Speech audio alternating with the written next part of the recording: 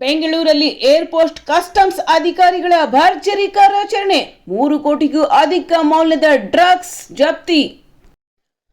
Bengaluru ಏರ್ಪೋರ್ಟ್ನಲ್ಲಿ drugs ಜಾಲಕ್ಕೆ customs ಅಧಿಕಾರಿಗಳು break ಹಾಕಿದ್ದಾರೆ.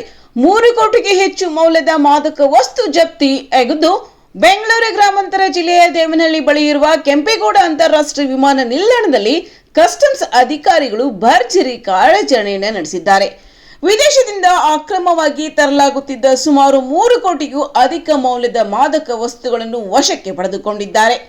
ಮೊದಲ ಪ್ರಕರಣದಲ್ಲಿ ಬ್ಯಾಂಕಾಕ್ನಿಂದ ಬೆಂಗಳೂರಿಗೆ ಬಂದಿದ್ದ ಪ್ರಯಾಣಿಕನನ್ನ ಲಗೇಜ್ ಪರಿಶೀಲನೆ ವೇಳೆ 9.7 ಕೆಜಿ ಹೈಡ್ರೋಫೋನಿಕ್ ಗಾಂಜಾ ಪತ್ತೆಯಾಗಿದೆ. ಇದರ ಅಂದಾಜು ಮೌಲ್ಯ ಸುಮಾರು 3.39 ಕೋಟಿ ರೂಪಾಯಿ ಎಂದು ಅಧಿಕಾರಿಗಳು ತಿಳಿಸಿದ್ದಾರೆ.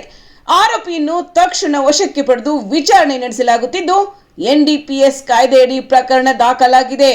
ಇನ್ನೊಂದು ಪ್ರಕರಣದಲ್ಲಿ ಬ್ಯಾಂಕಾಕ್ನಿಂದ ಬಂದಿದ್ದ ಮತ್ತೊಬ್ಬ ಪ್ರಯಾಣಿಕ ಕ್ಯಾಂಡಿ ಪ್ಯಾಕೆಟ್ಗಳಲ್ಲಿ ಮಾದಕ ವಸ್ತುಗಳನ್ನು ಅಡಗಿಸಿ ಸಾಗಿಸುತ್ತಿದ್ದ ಎಂಬುದು ಪತ್ತೆಯಾಗಿದೆ.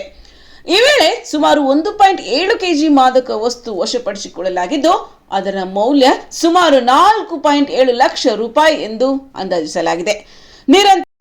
ನಿರಂತರ ತಪಾಸಣೆ ಹಾಗೂ ಗುಪ್ತಚರ ಮಾಹಿತಿ ಆಧಾರದ ಮೇಲೆ ಕಸ್ಟಮ್ಸ್ ಅಧಿಕಾರಿಗಳು ಈ ಕಾರ್ಯಾಚರಣೆ ನಡೆಸಿದ್ದು, ವಿಮಾನ ನಿಲ್ದಾಣದಲ್ಲಿ ಡ್ರಗ್ಸ್ ಸಾಗಾಟದ ಮೇಲೆ ಕಟ್ಟುನಿಟ್ಟಿನ ನಿಗಾ ವಹಿಸಲಾಗಿದೆ.